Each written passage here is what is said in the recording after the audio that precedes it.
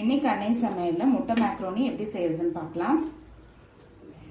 தேவையான அளவு தண்ணி சேர்த்துக்கலாம்.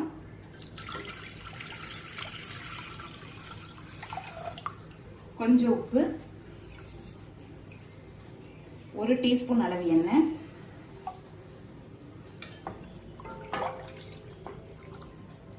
அடுத்தது இதில் 1 கப் மேக்ரோனியை சேர்த்துக்கலாங்க.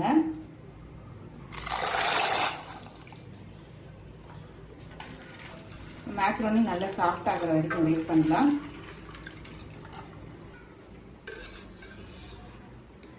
இப்போ ஒரு 10 நிமிஷம் ஸ்லோலே வச்சுருந்தாங்க. மேக்ரோனி பாருங்கள் நல்லா வெந்துருச்சு. இதுக்கு மேலே இருந்ததுன்னா குழஞ்சி போயிடும். இப்போ இதை எடுத்து தனியாக வச்சிடலாம்.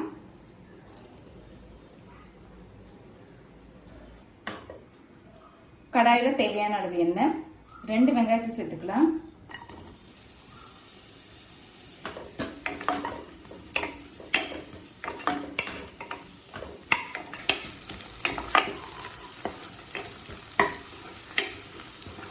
இப்போ வெங்காயம் நல்லா வதங்கிடுச்சுங்க.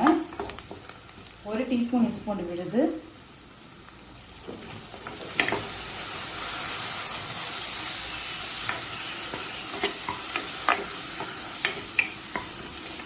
ஒரு தக்காளி,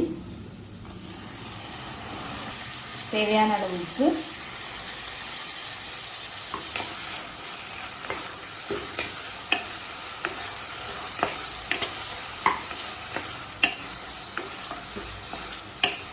ஒரு டீஸ்பூன் மிளகாய் தூள், 1 டீஸ்பூன் கரம் மசாலா.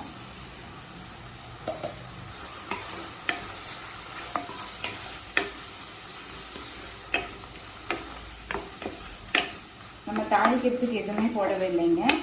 அதனால தான் 1 டீஸ்பூன் கரம் மசாலா சேர்க்குறேன்.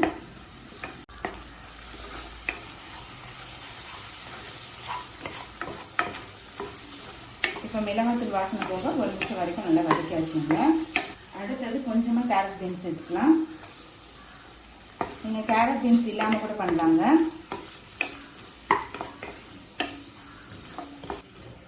மெல்லிசாக கட் பண்ணிக்கிட்டிங்கன்னா சீக்கிரம் வேகிறதுக்கு ஈஸியாக இருக்கும். இப்போ கேரட்டும் பீன்ஸும் நல்லா வெந்துருச்சுங்க. அடுத்தது 1 டீஸ்பூன் கிரீன் சில்லி சாஸ் சேர்த்துக்கலாம். 2 டீஸ்பூன் டொமேட்டோ சாஸ் சேர்த்துக்கலாம்.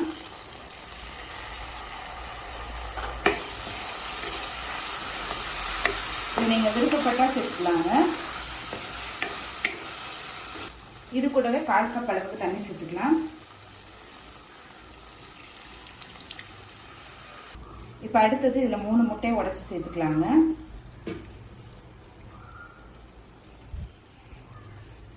கொஞ்சமாக பெப்பர் சேர்த்துக்கலாம்.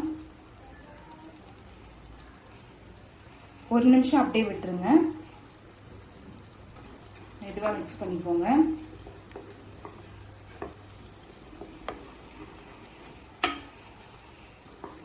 முட்டை பாதி வெந்தோடனே ஒன்றா மிக்ஸ் பண்ணிக்கலாங்க.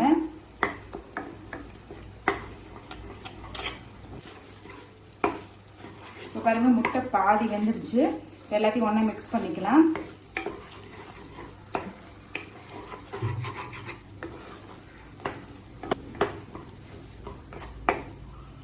இப்போ 1 நிமிஷம் அப்படியே விட்டுடலாம். இப்போ முட்டை பாருங்கள் முக்கால்வாசி வெந்துருச்சு. இப்போ நம்ம வேக வச்சு மேக்ரோனி இது கூடவே சேர்த்துக்கலாங்க.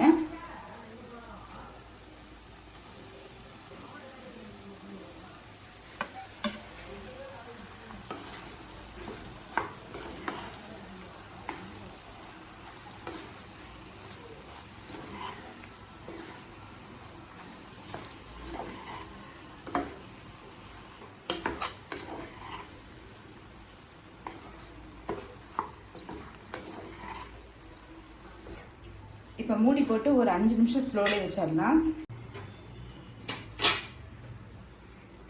இப்போ 5 நிமிஷம் ஆயிடுச்சுங்க. முட்டையும் மேக்ரோனியும் நல்லா மிக்ஸ் ஆகிடுச்சு. கொஞ்சமாக கொத்தமல்லி சேர்த்துக்கலாம். இப்போ முட்டை மேக்ரோனி ரெடி ஆகிடுச்சுங்க. சர்வ் பண்ணிடலாம்.